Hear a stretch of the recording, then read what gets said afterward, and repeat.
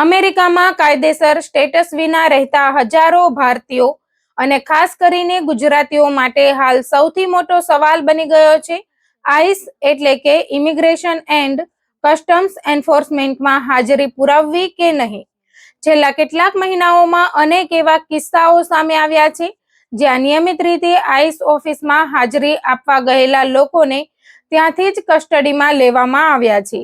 બીજી તરફ જે લોકો હાજરી આપવા જતા નથી તેમના વિરુદ્ધ રિમૂવલ ઓર્ડર એટલે કે ડિપોર્ટેશન પ્રક્રિયા વધુ ઝડપથી આગળ વધી શકે છે। આ પરિસ્થિતિને કારણે અમેરિકામાં અનડોક્યુમેન્ટેડ ઇમિગ્રન્ટ્સ ભારે માનસિક દબાણમાં જીવી રહ્યા છે।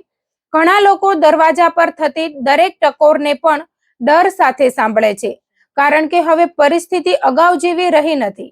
ઇમિગ્રેશન સિસ્ટમમાં થયેલા ફેરફારોના કારણે આઈસની કાર્યવાહી વધુ કડક બની રહી હોવાનું અનેક ઇમિગ્રેશન નિષ્ણાંતો માની રહ્યા છે। અગાઉની સરખામણીએ હવે આઈસ ઓફિસોમાં હાજરી આપવી માત્ર એક ઔપચારિક પ્રક્રિયા રહી નથી।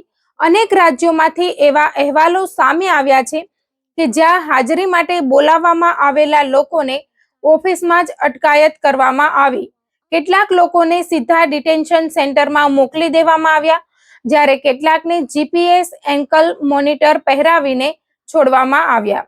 આ ટ્રેકિંગ ડિવાઇસ પહેર્યા પછી વ્યક્તિની દરેક હિલચાલ પર નજર રાખી શકાય છે। આવા ટ્રેકર સાથે નોકરી મેળવવી પણ અત્યંત મુશ્કેલ બની જાય છે કારણ કે ઘણા એમ્પ્લોયર્સ તેને જોખમ તરીકે જોતા હોય છે।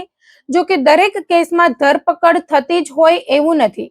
ઘણા લોકોને હાજરી બાદ આગામી 6 મહિના અથવા 1 વર્ષ પછીની નવી તારીખ આપીને છોડી દેવામાં આવે છે।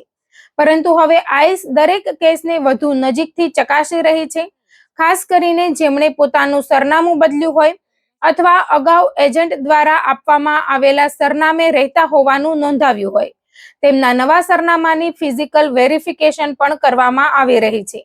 એટલે કે હવે માત્ર કાગળ પરનું સરનામું પૂરતું નથી, અધિકારીઓ સ્થળ પર જઈને પણ તપાસ કરી શકે છે। આ પરિસ્થિતિને સમજવા માટે થોડું પાછળ જવું જરૂરી બને છે। વર્ષ 2025 પહેલા જ્યારે કોઈ વ્યક્તિ ગેરકાયદેસર રીતે અમેરિકામાં પ્રવેશતો હતો ત્યારે બોર્ડર પેટ્રોલ દ્વારા તેને થોડા દિવસ માટે ડિટેન્શન સેન્ટરમાં રાખવામાં આવતો અને ત્યારબાદ આઈસ સમક્ષ હાજરી આપવાની તારીખ સાથે છોડી દેવામાં આવતો। તેને આપવામાં આવેલા દસ્તાવેજોમાં સ્પષ્ટ લખેલું રહેતું કે તેને હંગામી ધોરણે અમેરિકામાં રહેવાની મંજૂરી આપવામાં આવી છે અને સરકાર ગમે ત્યારે તેની ડિપોર્ટેશન પ્રક્રિયા શરૂ કરી શકે છે। ઘણા લોકોએ ત્યારબાદ અસાયલમ માટે અરજી કરી, વર્ક પરમિટ મેળવ્યો, સોશિયલ સિક્યોરિટી નંબર મેળવ્યો અને જીવન આગળ વધારવાનો પ્રયાસ કર્યો। પરંતુ અસાયલમનો કેસ ચાલુ હોય તો પણ આઈસ સમક્ષ સમયસર હાજરી આપવાની ફરજ યથાવત રહે છે। છેલ્લા 1.5 વર્ષમાં ઘણા એવા કિસ્સાઓ સામે આવ્યા છે જેમાં અસાયલમ કેસ પેન્ડિંગ હોવા છતાં લોકોને ડિટેન્શનમાં લેવામાં આવ્યા છે। એટલે માત્ર અસાયલમ અરજી કરવાથી અથવા વર્ક પરમિટ મળવાથી સંપૂર્ણ સુરક્ષા મળે છે એવું માનવું યોગ્ય નથી। દરેક કેસની પરિસ્થિતિ અલગ હોઈ શકે છે અને અંતિમ નિર્ણય ઇમિગ્રેશન સત્તાવાળાઓ તથા કોર્ટની પ્રક્રિયા પર આધારિત રહે છે। એક ગુજરાતી પરિવારનો અનુભવ પણ આ ચર્ચાને વધુ ગંભીર બનાવે છે। શિકાગોમાં રહેતા એક વ્યક્તિની આઈસ હાજરી લ્યુઇસિયાનામાં હતી।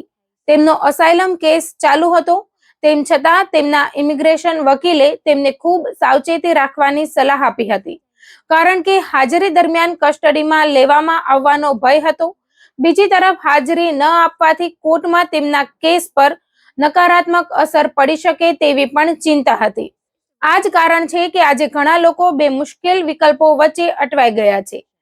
હાજરી ન આપવાનો નિર્ણય પણ ગંભીર પરિણામો લાવી શકે છે। જો કોઈ વ્યક્તિ આઈસ દ્વારા આપવામાં આવેલી તારીખે હાજર ન રહે તો તેને ઓથોરિટીઝથી દૂર ભાગી રહ્યો હોવાનું માનવામાં આવી શકે છે। ત્યારબાદ ઇમિગ્રેશન કોર્ટમાં તેના વિરુદ્ધ રિમૂવલ ઓર્ડર જારી થવાની શક્યતા વધી જાય છે। જો કોર્ટ વ્યક્તિની ગેરહાજરી નોંધે તો કેસ વધુ મુશ્કેલ બની શકે છે। તેથી કાયદાકીય પ્રક્રિયાને અવગણવી પણ ભારે પડી શકે છે। કલ્લોલના એક યુવકનો કિસ્સો પણ ચર્ચામાં રહ્યો છે। કોર્ટની શરૂઆતની સુનાવણી દરમિયાન તેને કસ્ટડીમાં લેવામાં આવ્યો હતો। ત્યારબાદ તેણે પોતાના ખર્ચે સ્વૈચ્છિક રીતે ભારત પરત જવાનું સ્વીકાર્યું, જેના કારણે થોડા જ દિવસોમાં તે ભારત પરત આવી ગયો જો સરકારના ખર્ચે ડિપોર્ટેશન પ્રક્રિયા પૂર્ણ થવાની રાહ જોવી પડતી તો વધુ લાંબા સમય સુધી ડિટેન્શન સેન્ટરમાં રહેવું પડી શકે તેમ હતું. જો કે દરેક કેસની હકીકત અને કાયદાકીય પરિસ્થિતિ અલગ હોય છે, તેથી આવા ઉદાહરણોને સામાન્ય નિયમ તરીકે જોવું યોગ્ય નથી. ઉત્તર ગુજરાતના બીજા એક યુવકનો અનુભવ પણ નોંધપાત્ર રહ્યો.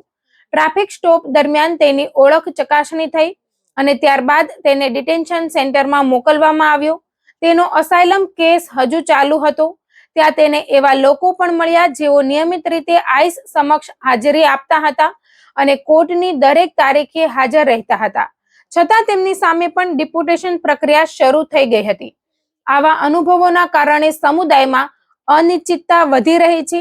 આ સમગ્ર પરિસ્થિતિમાં સૌથી મહત્વની વાત ઇમિગ્રેશન વકીલો પણ વારંવાર કહી રહ્યા છે, તેઓ સામાન્ય રીતે એક જ પ્રકારની સલાહ બધાને આપવાનું ટાળી રહ્યા છે, કારણ કે દરેક વ્યક્તિનો ઇમિગ્રેશન ઇતિહાસ, પ્રવેશની રીત, અસાયલમ કેસની સ્થિતિ, કોર્ટની કાર્યવાહી અને અન્ય કાયદાકીય પરિબળો અલગ હોય છે.